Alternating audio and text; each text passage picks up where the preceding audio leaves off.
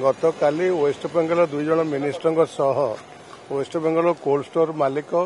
व्यवसायी एवं चाषी गोटे बैठक बसला से बैठक में आपाततः जोटा डाला आलू जोड़ा कि कलिकता जाऊँचे हैदराबाद जो बड़ क्वालिटी छोट मोट रही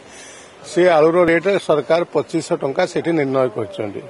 2300 टंका आलू जोटा ओडिशा को आसुचा निर्णय कर किंतु ये 2300 टंकार आलू को देवाई सेठार व्यवसायी राजी नुहति से माने कहते जे हमको आउ किसी रेट बढ़ाओ ये 2300 टंकार हमको पोषेब ना यही परिस्थिति स्थिति रही काली आज सका प्राय 3टा गाड़ी आलू वेस्टबेंगल आसी गोटे गाड़ी यूपी रू आसी आमे जतपुर चेष्टा करुचु कोठू आलू आसवाई चेष्टा करुचु मु भावुची दिन दिन भितर परिस्थिति स्वाभाविक हो द्वितीय कथा हूँ छड़ा सरकारी स्तर में नाफेड माध्यम आलू आने शुणा पाऊँ नेफेड मध्य आलू सरकार आणवे तेणु ये समस्या गोटे 2 दिन भितर समस्या समाधान हो समाधान अच्छी समस्या सेटा तार उत्तर मु दे पारिबिनी यदि से भगवान दे पारे भगवान को लेके पचारे से कहबे 2300 टंका आपण कहउछन से डिस्कशन करले बर्तमान सेटा आपण कहउछन जे से लोक माने राजी होना केमति नहीं नहीं से देखंतु आलू किनिबा आनिबा जते कि हमर गुरुत्वपूर्ण अछि आलू बिकिबा मते तांकर गुरुत्वपूर्ण अछि आपनकर एटा वर्तमान अगस्त मासे हेला डिसेम्बर जनवरी 1 टू नुआ आलू आसी जीवो तो आउ रहला आउ 4 मास हम पाखे 4-5 मास रहला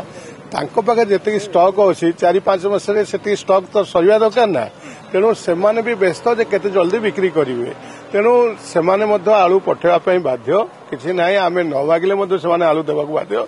ये कथबार्ता अच्छी तेणु आम तथापि यूपी सहित भी कथबार्ता करुचे ये कथबार्ता करुचे आमर लक्ष्य हूँ आलू केमती उपलब्ध करवा मार्केट तेणुक कौन हम न हम आम चेष्टा चलैचु जो देखो बेपारी केवे लोकसान करके बेपार करेंगे ना फायदा लोकसान बेसी प्रॉफिट ना मिनिमम प्रॉफिट रखी निश्चित भाव बेपार करेंगे ता सहित गोटे गुरुत्वपूर्ण कथा हूँ पाइकारी दर जहाँ रोचे ताठू होलसेल जो खुचुरा दर टी बहुत बढ़ी जाऊँगी जोटा कि लोक डायरेक्टली से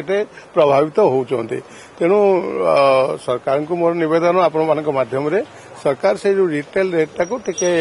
जहाँ जुक्तियुक्त हम ता निर्णय करी सार्वजनिक करवा दरकार शुणु 17 टन जोटा थिला बर्तमान प्राय 17 टन 17,000 टन थिला एबे से 1000 टन खंडे प्राय बिक्री हो जो काली भितर आउ 15-16,000 टन बर्तमान आम पाखे स्टॉक अच्छी ता सहित भुवनेश्वर आईगिणिया को 4टा गाड़ी आलू आसी अन्य जगह को ओडिशा भीतर को प्राय 50टा गाड़ी आसी सूचना आमको मिली तेणु आम आशा करूँ आज सन्ध्या सुधा आउ टे परिस्थिति उन्नति हम आउ टे अधिक परिमाण आलू आसो आज 12टा बेलू आईगिणिया आम गोटे मीटिंग रखीचु से डिस्कसन करूँ बर्तमान परिस्थिति कौन अच्छी देखिक पदक्षेप नि देखो मो पाखे तो आज सकाळु आसी कौन रेट होची मो पाखे सूचना किसी ना काली जोटा बिका 3200 ରୁ 3500 टंका बिका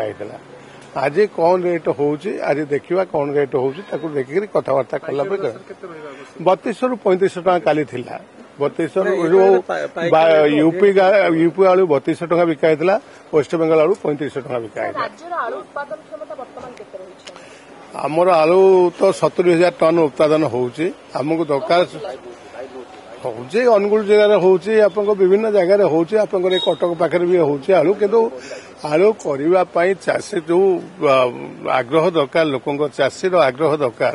सेटा वर्तमान तांको पाखे नाही ताको फेरे आनिया पई आत्मविश्वास फेरे आनिया पई सरकार चेष्टा करिया दरकार सरकारी स्तर रे तो आलू उत्पादन हमरा बढ़िला मारे हमरा अभावी दूर हो आपण जो जिनस सरकार कहिवे से जिनस मते पचारे मु कौन कहि मु जने साधारण व्यवसायी बेपारी आपण मान मतरे बेपारी मतलब लाभ लोकसान कथा तेणु आम कौन से विषय कही पार टपिक अवेलेबिलिटी उपर डिस्कसन हम सरकार जो मानसिकता अच्छी सरकार आभिमुख्य कौन अच्छी डिस्कसन हम आम कौन कर से विषय डिस्कसन हम এটা মানে বর্তমান কিছু সেମିତି সংকট দেখাଯିବନି ଋଣ ଦେଖନ୍ତୁ ପ୍ରତ୍ୟେକ ଦିନ ଆମକୁ 5,000 ଟନ୍ ଆଳୁ ଦରକାର 15,000 ମାନେ 3 ଦିନର ଆଳୁ ଅଛି ଇଏ 3 ଦିନ ଆଳୁ କୌଣସି ତାର ଅର୍ଥ ନାହିଁ ଡେଲି ଆଳୁ ଗୋଟେ ପେରିସେବୁଲ ଗୁଡ୍ ସେ ଡେଲି ଆସିବ ଡେଲି ବିକ୍ରି ହବ ଯଦି ଗୋଟିଏ ଦିନ ବନ୍ଦ ହେଇଯାଉଛି ତାହେଲେ ସେଥିରୁ କିଛି ଆଳୁ ବି କଞ୍ଜୁମ ହେଇଯାଉଛି ତେଣୁ ଆମେ ବର୍ତ୍ତମାନ ଚେଷ୍ଟା କରୁଛୁ ଅଧିକରୁ ଅଧିକ ଆଳୁ କେମିତି ଓଡ଼ିଶାକୁ ଆସିପାରିବ ସେ ବ୍ୟବସ୍ଥା କରିବା ପାଇଁ ଚେଷ୍ଟା କରୁଛୁ ଆମମାନଙ୍କ ସ୍ତରରେ ଆଉ ସରକାରୀ ସ୍ତରରେ କଣ ସରକାର କରୁଛନ୍ତି ସରକାର କହିବେ କାଲି ବିଭିନ୍ନ ହାଟରେ ଆଳୁ ନଥିଲା ମିଳୁନଥିଲା ଏବଂ ଆଜି ଆଳୁ ରେଟ୍ ପାଖାପାଖି 50 ଛୁଇଁଲାଣି ଦେଖନ୍ତୁ ସେ କଥା ମୁଁ ବର୍ତ୍ତମାନ କଣ ରିଟେଲ ରେଟ୍ରେ ବିକ୍ରି ହେଉଛି ସେଥିରେ ମୁଁ କିଛି କହିପାରିବିନି ସେଇଥିରେ ଆଲୋକପାତ ଆପଣଙ୍କୁ ସରକାର କରିବେ ମୁଁ କେବଳ ଆମର ପାଇକାରୀ ଦର କଣ ରେଟ୍ ରହୁଛି ସେ କଥା ମୁଁ ଆପଣଙ୍କୁ କହିଦେବି କିନ୍ତୁ ଆମର ପାଇକାରୀ ଦର ବର୍ତ୍ତମାନ କିଛି ଖୋଲି ନାହିଁ ଆମେ ସନ୍ଧ୍ୟା ସୁଦ୍ଧା ତାର କଣ ହବ ଆଜି ମିଟିଂରେ ଆମେ ଡିସାଇଡ୍ କରିବୁ ସେଇଟା ଆପଣମାନଙ୍କୁ କହିଦେବୁ